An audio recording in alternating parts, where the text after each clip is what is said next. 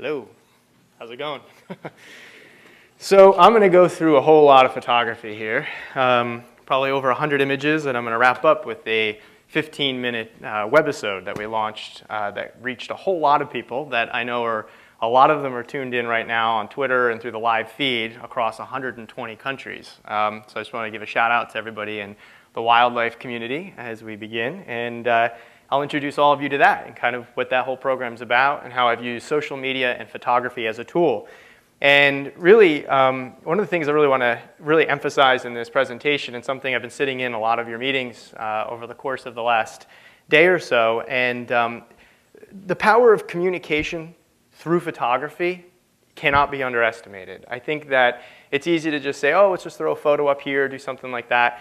And the journey that I'm going to kind of take you on starts personal, but it kind of ends in how I've leveraged the power of good imagery and the internet and short films to reach a whole new generation of people. And we can all sit here and talk about wild. What does it mean to be wild? What does it mean to save these places for the next generation? But how do we reach the next generation? It's like we're going to have all these places saved 50 years from now and nobody's going to be in them.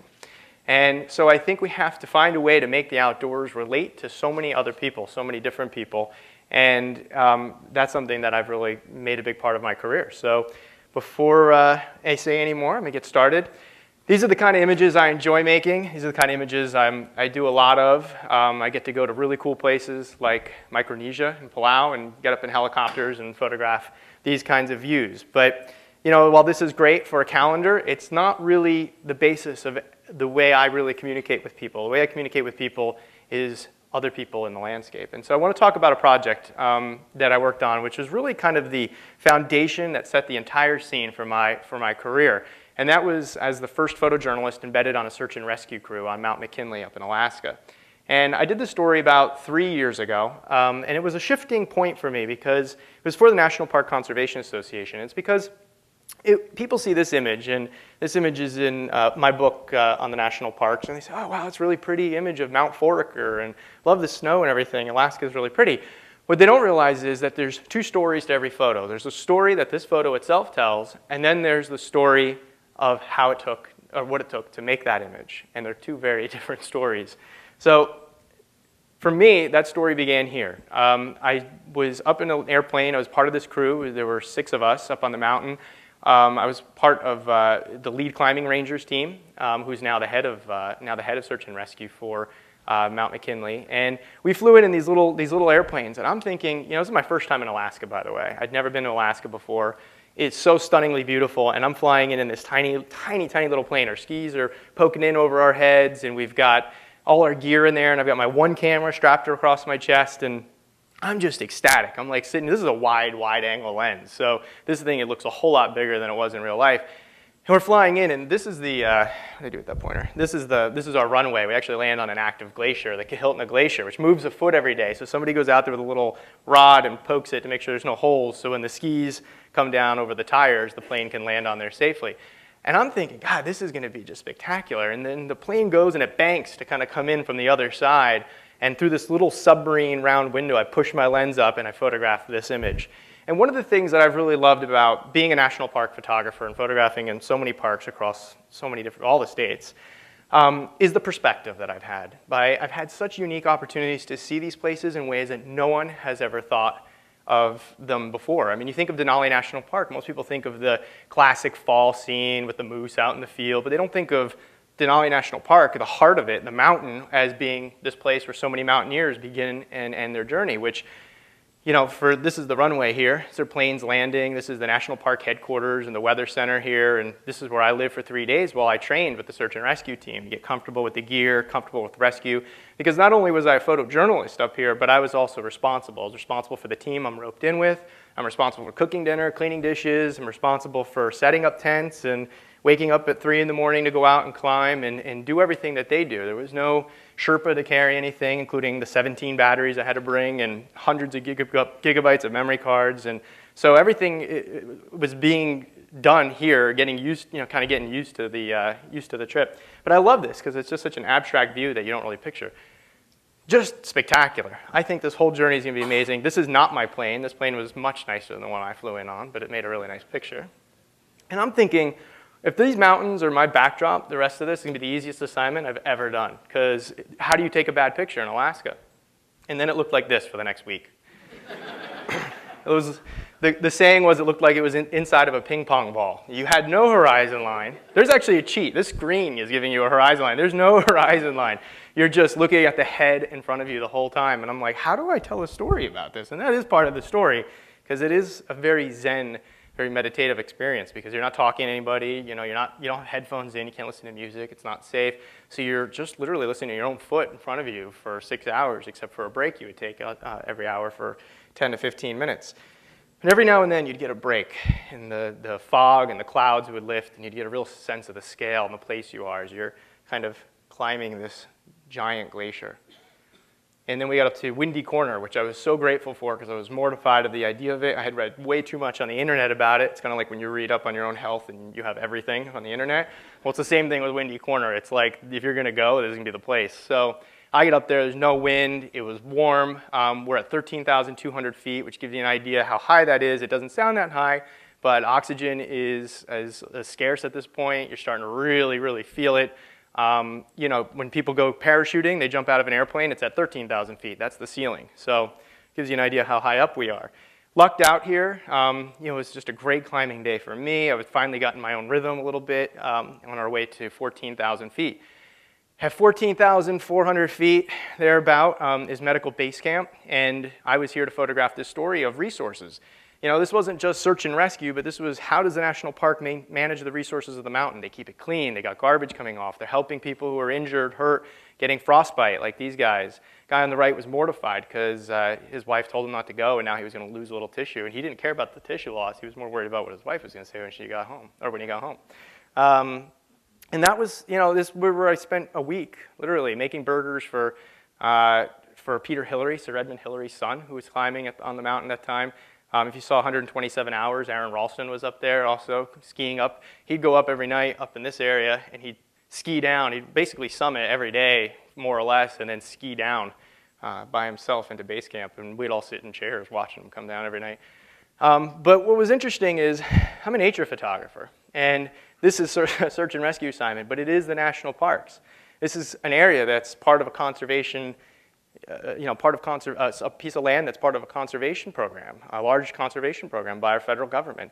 And here I was in a situation where I'm now photographing life and death situations. And it was really interesting to me because what I realized is that nothing exists without us being a part of it, even the highest mountains in the country, which Mount McKinley is. And it's a hard climb. A lot of people think it's harder than Mount Everest. Its bulk and rise are greater. Mount Everest is near the equator. Mount McKinley's up along the edge of the Arctic Circle. It's in between these oceans, the Bering Sea and the Pacific, which give it a very maritime climate, which is wildly dangerous. So you have a lot of elements that are happening up there.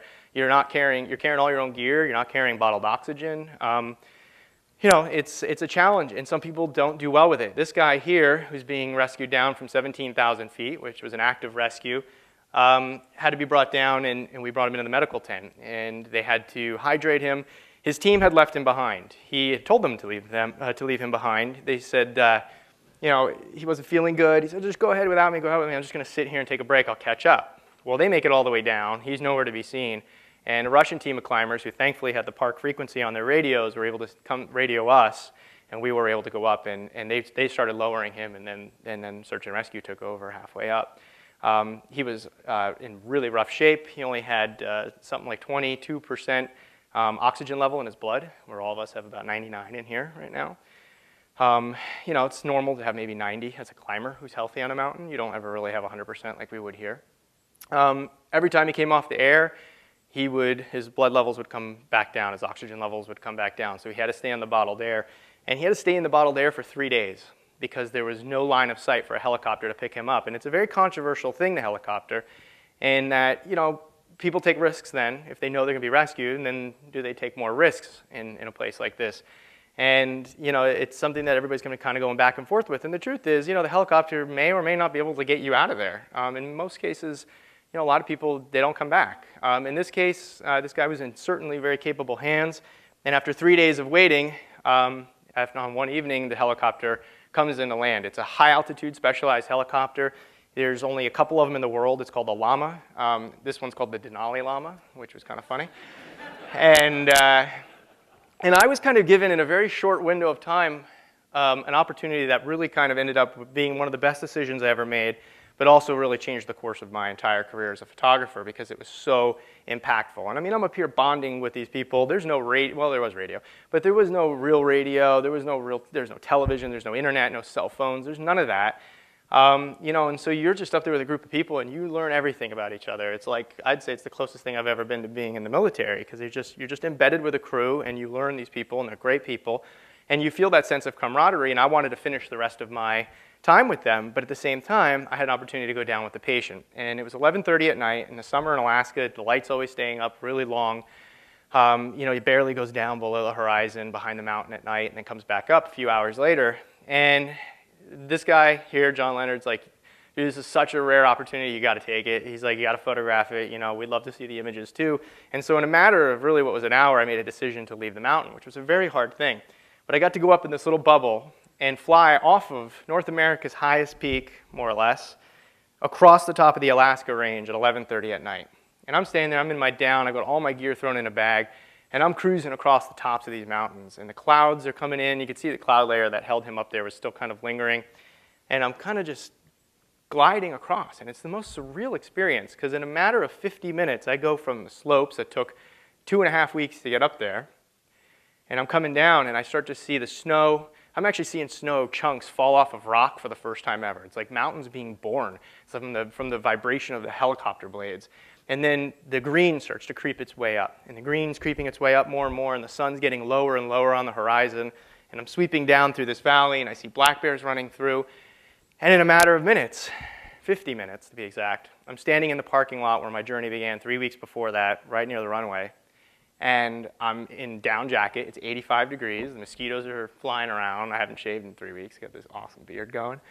And I'm thinking, what just happened? And it just totally blew my mind because I saw this whole transformation of almost like the Ice Age sped up. You know, if you had taken a frame every day and since the Ice Age, it was like watching that. You got to see this whole process go from this icy cold cap of a world into this lush green life. And it was really an amazing 50-minute journey that just, I think, completely blew my mind. And it really made me realize that people are the most important part of our landscape, and people are a part of our landscape, and it gives us the perspective. And so from this moment, my photography took a turn from being the calendar type images into including what I call the human element in some form or another. And I've found that that element is what really has transformed a lot of my own images into something that people connect with. And connecting is what it's about. Photography is more than just taking a pretty picture. It's sharing an experience. It's sharing the feeling you have at that moment. It's putting people in that experience, and it gets them invested. It gets people to say, wow, I want that experience too, if you're doing it right. And how better to connect than to connect by seeing somebody in the environment. And it's a kind of a fun test. Would this be a good picture if the guy wasn't in it? It may be nice. It'd be pretty. But if you hold your thumb up and you kind of look or just picture without him, it's a nice picture, but it's a much better picture with somebody in it because you're able to kind of really say, wow, look at the scale of this place, the size of the mountains, you know, the unrealistic, almost seemingly unrealistic beauty that it has. And so a lot of my photography continue to take that, and all of it's natural. There are no models or anything posed or anything like that. And so, you know, this is a coral reef, and this is back out in Micronesia. And again, it's like, you know, you photograph a coral reef, but you see somebody, you know, free diving. These were the local guys that were doing a lot of sedimentation research out there. Immediately you connect with the image and with the place. And this is one of my favorite places. This is the Channel Islands in California. I love going out there, especially when it's green and it's rare. And my friend went running through the field, which was a little bit of a Wizard of Oz moment because we got really tired up there all of a sudden, fell asleep out in the middle of the grass and woke up and it was sunset. But again, you know, if you want to relate to a place like a marine sanctuary, you know, I love to just get right in on the image and kind of share that experience. And when there's nobody else around, I'm a model for myself. I'll set the timer and I'll walk through the picture to kind of give people a sense of place. I fell in like 5 times trying to take this picture. I just kept slipping off the rocks. The water started rippling. I'm like, I keep messing this thing up. But sometimes the human element is a lot more subtle. It could be a road through a place like the Everglades, a boat cutting across the Rock Islands, or the abstract. I love to make people think about what it is they're looking at a little bit at first. And in this particular case, it's sprinklers irrigating grapevines in Central California. A little bit of aerial view. A little bit about my process and kind of how I go about my photography and all these cool colors and starting to look a little psychedelic at times, especially when you see an image like this. It's because I do most of my photography rarely before the sun rises, but that's the idea. Before the sun rises and after the sun goes down, or right as the sun's going down. And most of the images you've seen in here were taken after dark. This is the petrified forest, which was a very difficult place to photograph, especially in late day sun, because you get really high contrast highlights in here, and then this turns into a shadow, and this is white ground, and you look at the color, and it's very pastel and blue.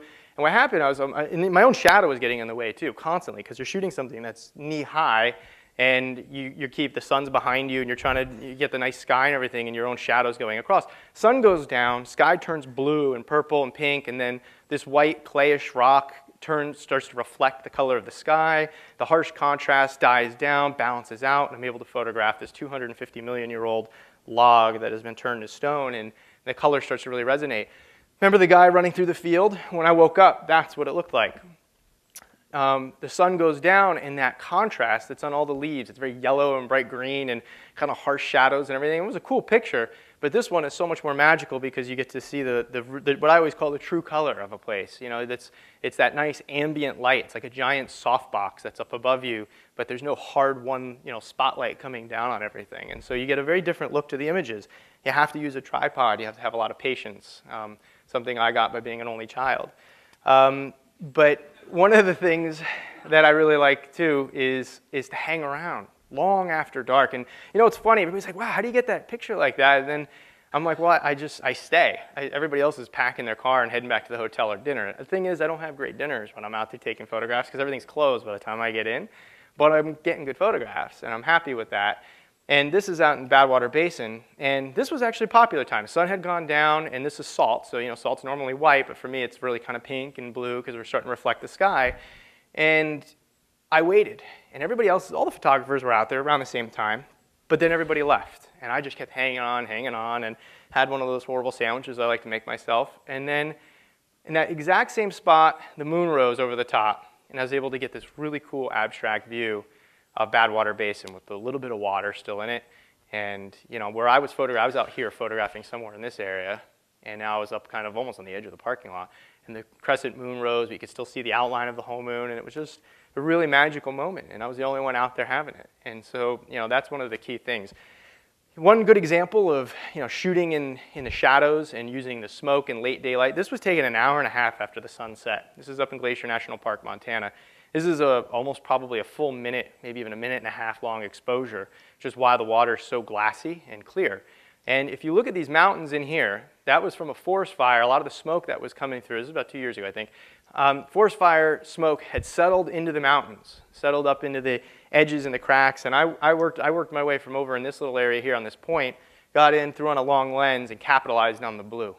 And I used a little filter here to kind of balance it. It was almost too much. I wish I didn't. But that long, you know, the water is crystal clear and blue. So that's reflecting the sky and reflecting the blue and the mist and everything in there. And it's just, you know, it's finding those places to get that. I love vibrant color. I just love the use of color. And the way to do it is to avoid the sun. Even in these caverns out in slot canyons out in Lower Antelope Canyon in near Glen Canyon National Recreation Area, you know, the light's coming in, it's bouncing off here, and this rocks, all these really cool colors, and every shadow and every kind of rock reflects a different light, and I love that about it. Same thing with this canoe, which was supposedly restored from the 1920s. I asked which parts did you restore? They said, well, the original's the dark wood. I was like, I think it was a joke, right? So anyway.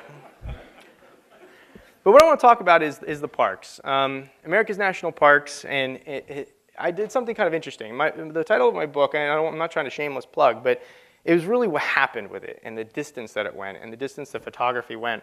And you know, I never knew that I didn't even think I'd ever be a photographer, to be honest with you, especially doing this. And I never thought, certainly, that my photography would have the impact that it had. And this was the first hardcover book that came out. And I took this picture near my birthday. I was just messing around in the national park.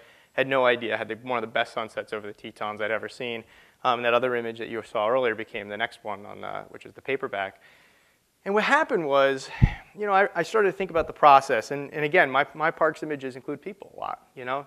And this is in Big Bend National Park, and where the water's 103 degrees in this pool, and it's icy cold over here, and they kind of blend together, and it's just an awesome place. And of course, the wildlife. I know we're all interested in the wildlife. This is the endangered Santa Cruz Island fox that was peeking out watching me. I didn't even realize he was there. He was there for kind of a while. And I like to get close. I like to just get in there. I actually even get closer than this until the front legs went up on the front of the lens, and then I ran like a schoolgirl to the other side of the road. But you know, just the coolest things in the world. But again, these are the parks, and people forget that they're small things too. People say, oh, I want to see the big landscape. I want to see Old Faithful. It's like I lived outside Yellowstone National Park for years and never photographed Old Faithful. I think I'd seen the thing go off 150 times. I'd never actually taken a picture of it until one day the publisher said, yeah, we want to do a book on the parks. You have all the classic shots, right? And I'm like, no. So I had to go back and get them all. But you know, it's interesting because I had to find new ways to photograph a classic subject. And you know, it's been photographed certainly by Ansel Adams and a lot of other very famous photographers before me. And so you go in and people say, well, yeah, they're the most beautiful places in the world, and they are, but they've also been photographed by everybody else in the world. And so, you know, I was always constantly looking for ways to push the boundaries, to push the you know, push the perspective and show people how otherworldly they are. And for me, you know, when I go and I see something like this, which is a personal favorite, you know, you realize that it might not be Earth. You know, it could be anywhere, and it really makes you start to think. And I always like to try and make people think about how we experience things and how how everything takes shape around us, and kind of where do we come from. You know, and again, good photography should tell a story. I think that's the most important thing, is telling a story, because you start to communicate with everybody. And communication is only as good as the audience that's able to hear it. And so one of the most important things is finding ways to do that. And so I didn't just go and market my book to the classic outdoor photographer magazine crowds. I did that. Always embrace your core audience. I have come from a marketing background before photography, and so it was really all about how to reach new groups, new generations, certainly, but new groups of people in general. And so I didn't just do a press release. I did a press release in multiple languages, hit different demographics. And I didn't just market to this audience of landscapes and national park people. In fact, that was some of the last people I got to. I started promoting these images in other places that were unusual, like People magazine. You know, when's the last time a park photographer was in People magazine or Fish and Wildlife? How do you get into those places? And so I found entertainment people, found entertainment publicists who were just absolutely incredible, instrumental in making this not only successful, but in bringing in people that had never seen the national parks, had never stepped foot in them before. And I started getting emails because my photos were maybe different than other national park photographers before, but it didn't even matter if they were exactly the same, because I was reaching an audience that had never been reached before.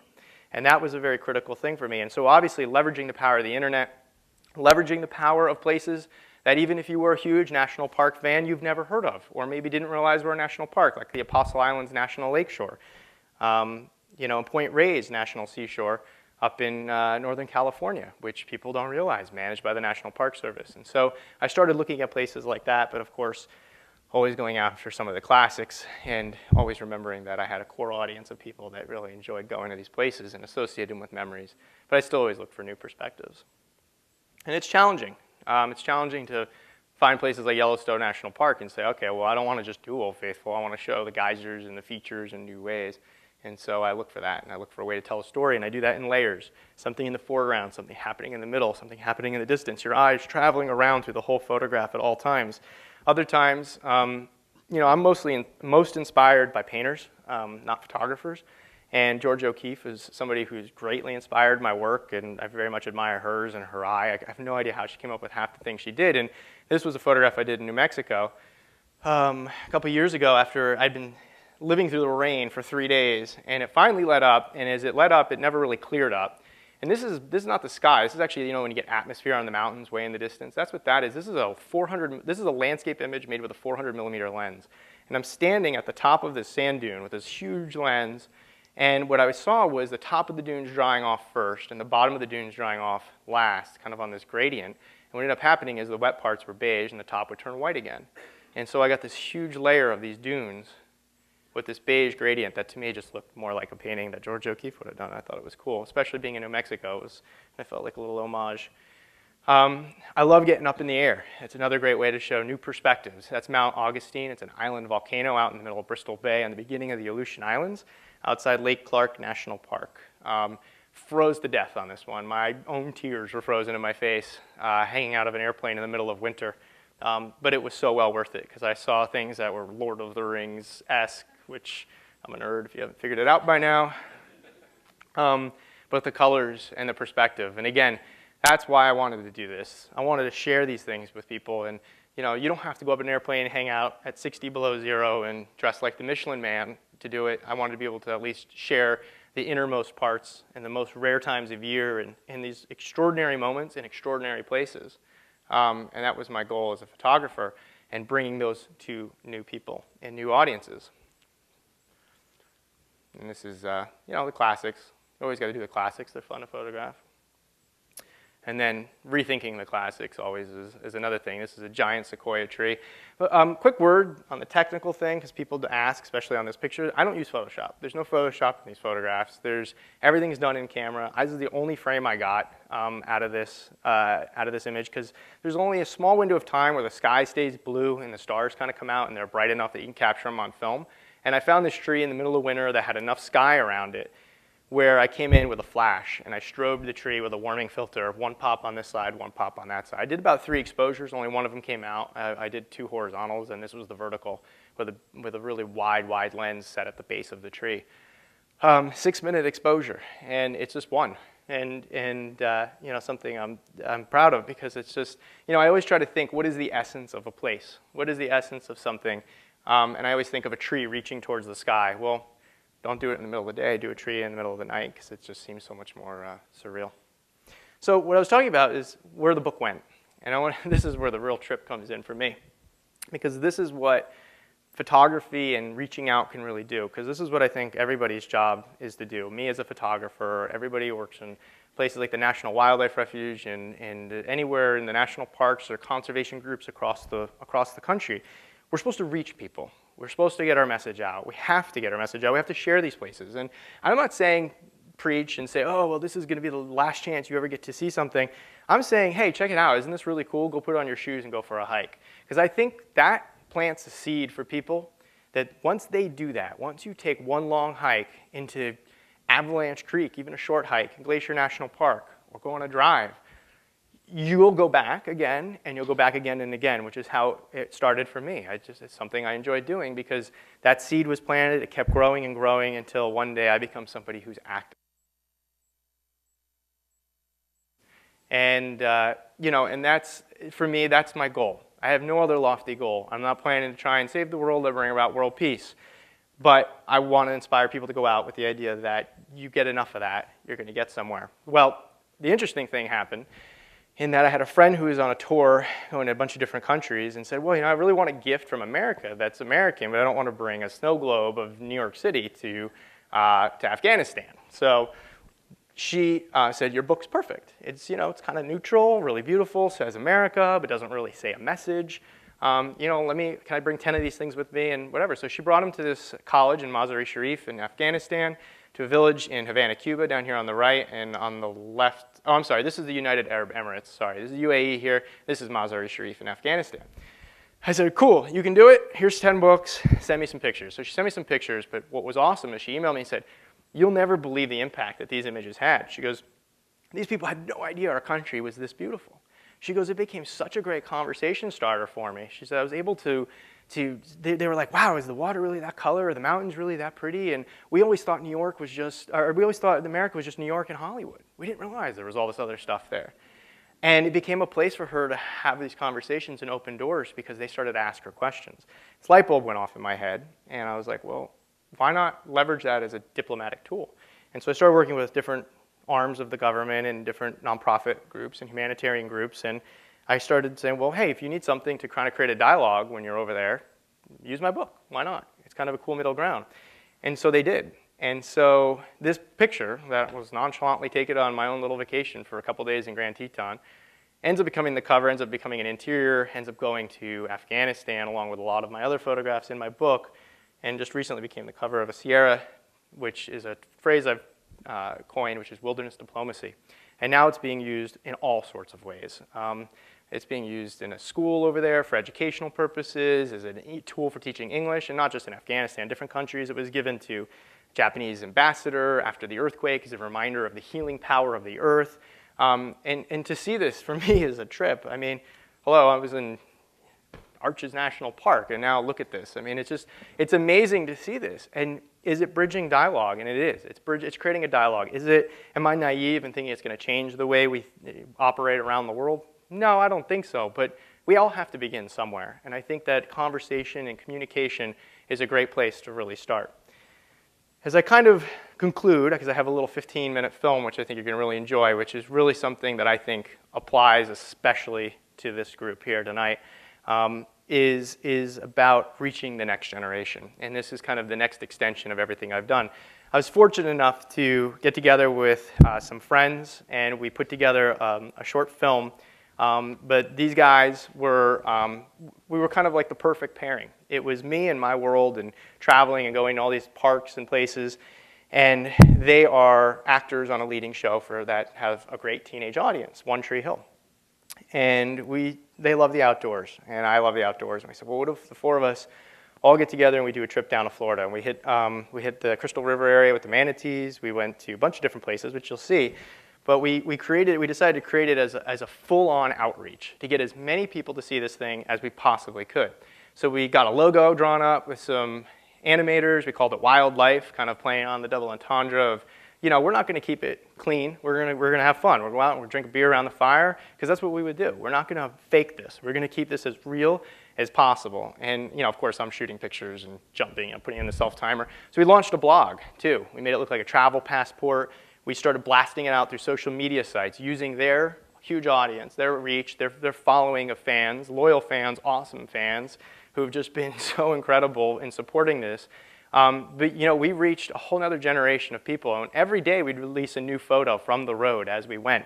And I would shoot every day trying to find places like the Chickies and the backwaters of the Everglades, out off the Keys, diving into the Christ of the Abyss, and you know, giving people a little bit of what they want to see.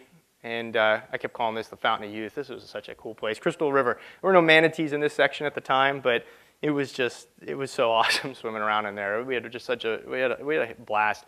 I got to take a break from taking pictures. We put photos like this up every day for a week. And then we just said, okay, at the end of that, we had a week. We edited the thing, threw it up on a website. And 120 countries later, we had on our Facebook page, I think in the first 10 days, over 750,000 views and interactions. We crashed Twitter. When we had our Twitter page, when we launched the thing, our own site crashed 3 times. We couldn't get it up fast enough. I mean, it was the first time we'd ever done anything like this. This is all under our own roof. This isn't like some big company or whether we did our own, you know, we paid our own way. We all paid for this to do this, and we made sure it was accessible. So it wasn't like, you know, you had to be rich and famous to go and do something like this. Nothing we did cost more than $20 a person. Even when we rented a boat, you know, if you split it 5 ways, it comes out, it's $100. It's like $20 a person for the day. So everything was accessible, and everything was within an hour of a major metropolitan area. So as I play the video right now, just kind of sit back and enjoy, and you can see what's kind of reached this whole new audience, and then I'll take questions afterwards. 3 young actors and 1 nature photographer setting out to explore some of the wildest places the world has to offer. This is the crew.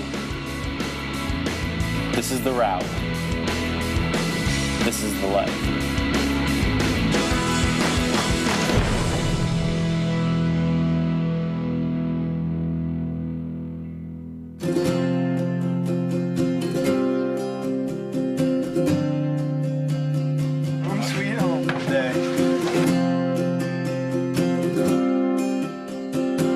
Didn't know anything about a manatee before I came. It wound up being like a perfect situation. Captain Hank was very knowledgeable and knew where to go. This is Kings Bay. This is the headwaters to the river. All this water that we're in comes from underground springs. What brings the manatees here is the warm water of the springs. Anything below 68 degrees, they can die of hypothermia. Manatees are a funny looking animal.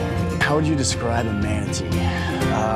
It's like Part puppy, a walrus, It's like the dog with the squished in face.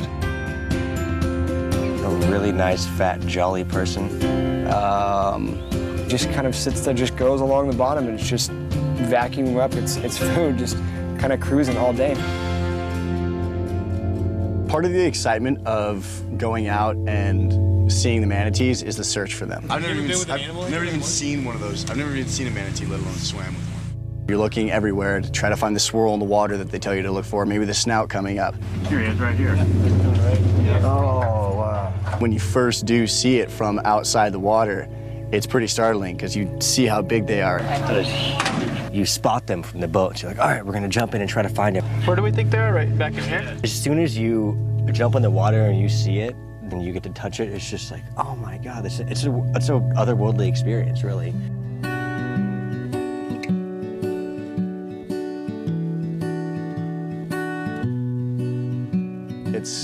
It's incredible to be that close to an animal that big. Once you get past the initial shock of just how large it is, you realize that they're actually really social and gentle animals.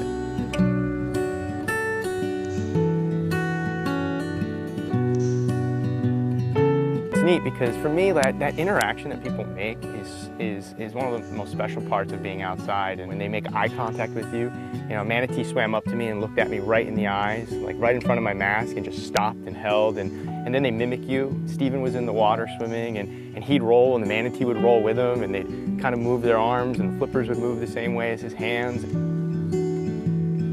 I think it just kept rolling over and over again, and then it would start like kind of scratching itself, like take its little arm and just like try to scratch its chin. It's almost like it was trying to tell me where to scratch it. We're not speaking a language, but we're definitely communicating.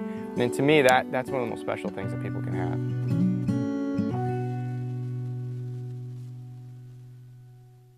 I think it was like really, really interacting with me, which was awesome.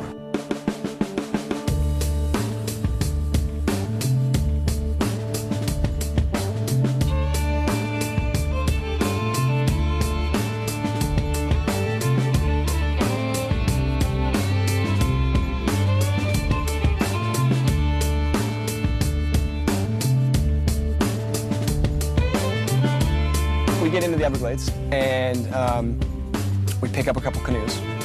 We packed just kind of minimal gear.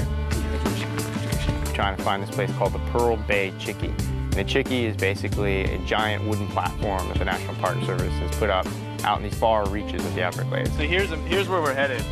And we just got a straight shot through all this mangrove, and then it opens up into the open water a little bit more. Kind of come up into Pearl Bay, and that's our Chickee right there. We jump in our canoes, and we start paddling through the mangroves that are about the width of three canoes. Initially, we started off, it was kind of slow going. I totally just lost my flip-flop. Oh, that is so wrong. We were getting caught on branches left and right. Who's steering? Who's controlling? What are we doing? How are we getting through this? It's pretty shallow. We're sitting there, pinching our boat into the mangroves, like, constantly. Good race. We got a leaner.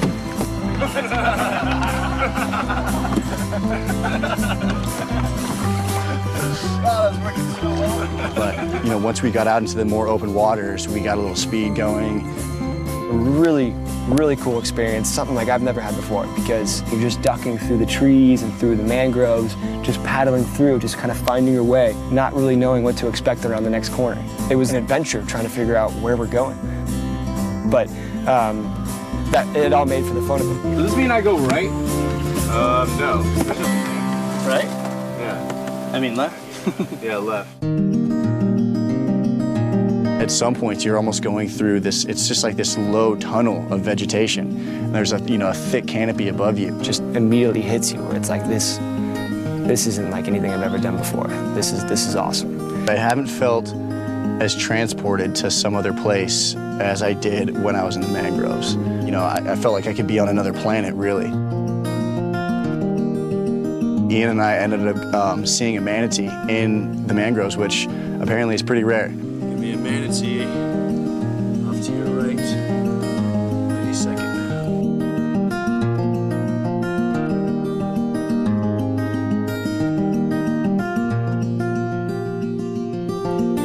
we eventually got to the Chickies. And there's nothing else around. There's no trail that leads to it. There's no signs. There's nothing. That's it. And then it's just you and then the whole environment, like to yourself.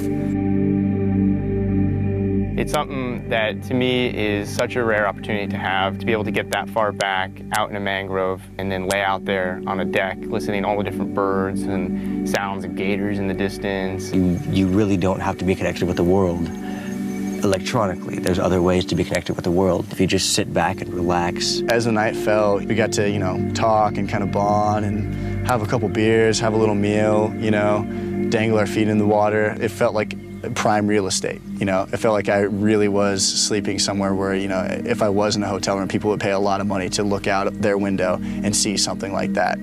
But, here I was just on a little chickie in a sleeping bag, in a tent next to my brother. And I really enjoyed that feeling. It was a good way to end the night. Just taking in all the sounds of the environment, it kind of rocks you to sleep. It's almost like that alarm clock that's got the nature sounds, but it's legitimate. It's actually real sounds. Probably the most serenely peaceful place I've been in my entire life.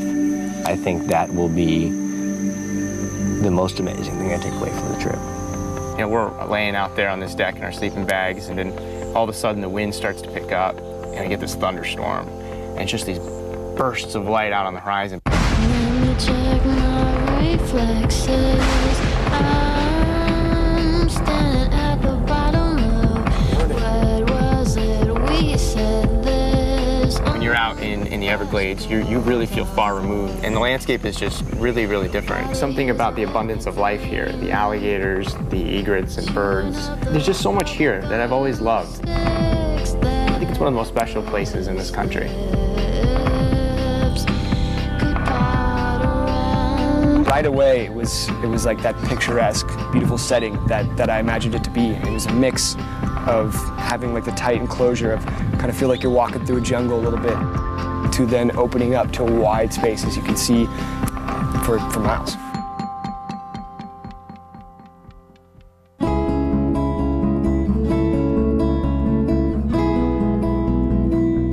I think for me as a photographer, it's always great to bring perspective of different people in. And these guys they're in the outdoors, and it's interesting because to have these guys with you, it really changes that perspective. I get really excited when they get excited. I knew coming in that it was going to be a whole different level down here, that I was going to see things that I had never seen before. And I was really excited about that. It's like everywhere you look, there's like something new for your eye to take in. I didn't really expect them to be interested in photography. They were really into like picking up cameras.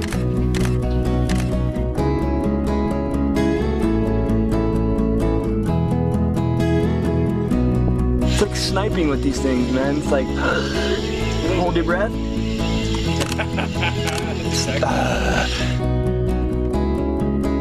I love sharing what I do. I love sharing photography with people, and so it's cool to have people who are into it too. Look how rad that looks.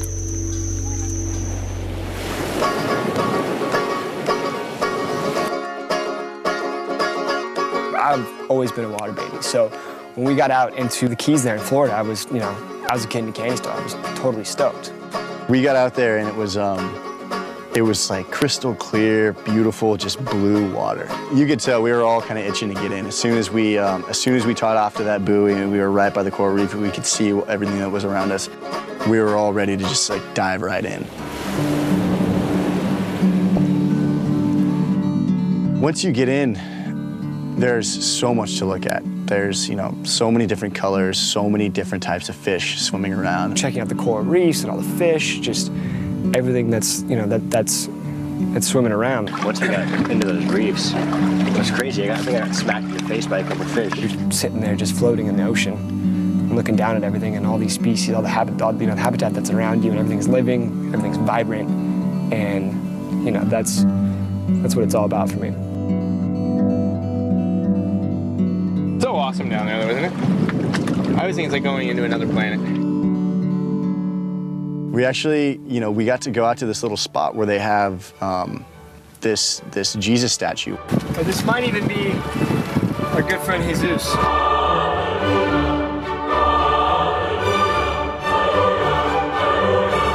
It's big. It's a big statue, it weighs 4,000 pounds apparently. It's about 25 feet down in the water. All of us got to kind of like swim around it. So I made sure to dive down a little deeper and get a little feel just to make sure I wasn't seeing things. You always wanted to meet Jesus.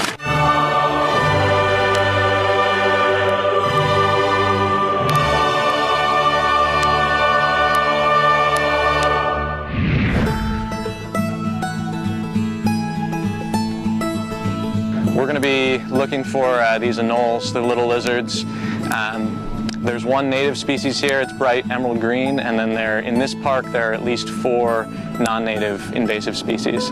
And I study 2 of those, but we'll catch whatever we can find. I used to use like strands of grass. We scientists use more sophisticated equipment. So these are the fishing poles that I use to catch the lizards. And so each one's got a little noose tied on the end, and then the idea is we're trying to get the noose around the lizard's head without it noticing. Basically go fishing for lizards.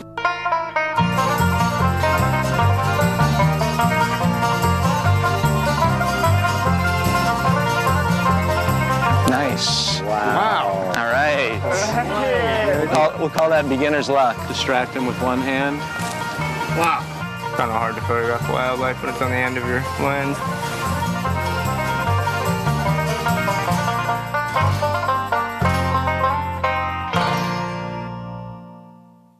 You never gotten your ears pierced before? No. No. Oh, that's awesome. It's actually not all that bad.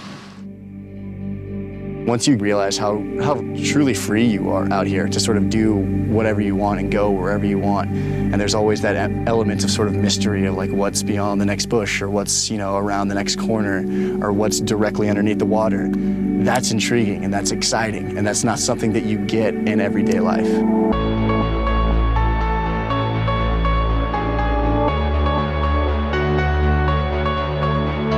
I think it's a general perception that either you got to be Gore-Texed out and training for a marathon, you know, to go to the national park and to be outdoors. And it's not like that at all, you know, like everything is at your own pace. I didn't even know that you could do half the things that we've done. We've had a blast. We had all of these experiences just like anybody else could. The fact that you can come out here and do this with like, you know, a handful of your best friends in the world. It seems like it would take a lot of effort, but it's really not. You know, anybody can do this. There's so many places like the Everglades that are literally in your backyard. It's an experience that is more accessible than people think. It's just one of those things where you just have to go and do it, and then you'll see when you get there.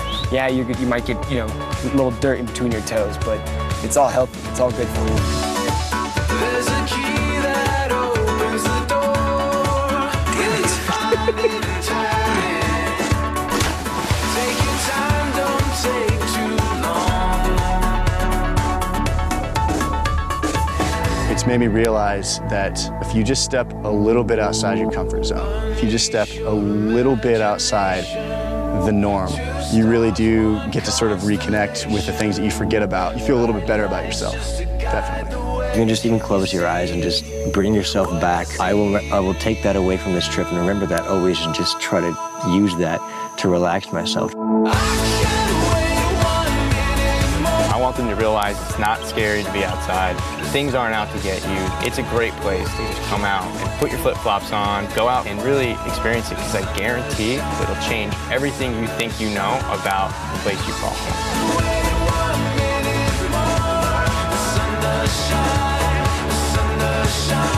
We have plenty more adventures to embark on.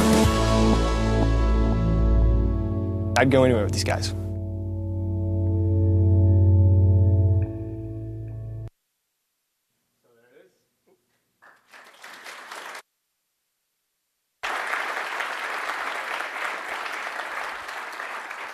And we're actually planning our next location right now. We're going to go scouting out a new location and planning to throw some footage and photos up back on the blog hopefully soon. Hopefully before the summer's over, certainly. So it's kind of exciting to kind of keep it going, and who knows where it'll all lead. But you know, I think the one thing I just want to make one last point is that, you know, the approach and the headspace are probably different than anything you've ever seen before. And I think it's because we've taken an approach in this country for such a long time that it's man versus the wild, so to speak. And it doesn't always have to be that way. And we saw so many Twitter responses and Facebook responses, and these people, these kids, 14 years old, saying, "Oh, I used to be afraid of the lizards in my yard. Now all I want to do is see one." Shift in thinking. It was a total shift in thinking, and it was awesome because we know how awesome it is, but how do you get other people to realize that? And so we brought the outdoors in, and super excited about it all. So anyway, thank you very much. Appreciate it.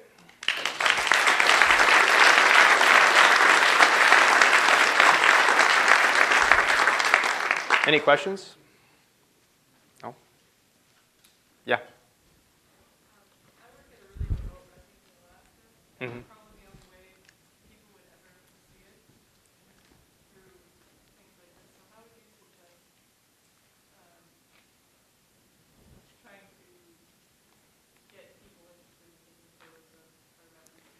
Yeah, so the question is, if you're in a remote part of the world, I think a lot of people are, in different parts of the country, how do you get them interested? I think every little bit makes a difference. I don't remember who it was earlier that said, you can work with your local journalists. I think it was this morning in one of the sessions. They said, get to know the local people. That's a great way to do it. I mean, your local paper, getting photos out there. I mean, everyone has a camera. 3/4 of the world's population has a camera of some kind, whether it's a camera phone or, which even, these things are getting even better and better by the day.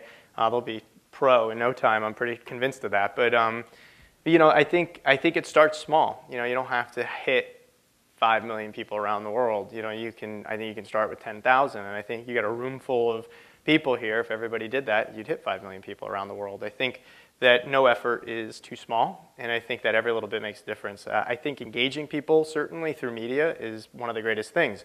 We leveraged every single aspect of social media and the internet that we possibly could. We started a blog, we launched a web video on YouTube, on Vimeo, we got it on Facebook, we started a Facebook page, on our own pages, on fan pages. We call people who might be interested in something like this.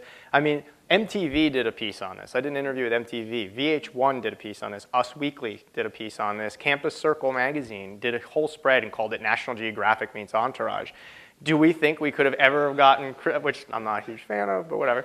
Well, I like Entourage, I don't know. Anyway, but could we have ever gotten Crystal River, that kind of press? I mean, before that, probably not in a good way. So I think it's just creative thinking and finding new ways to really show what it is that's special about it. And when I talked about my photography earlier, what is the essence of a place?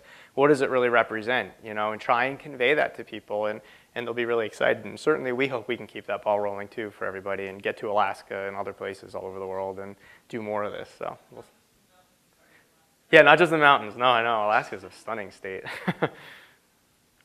So, any other questions? Yeah.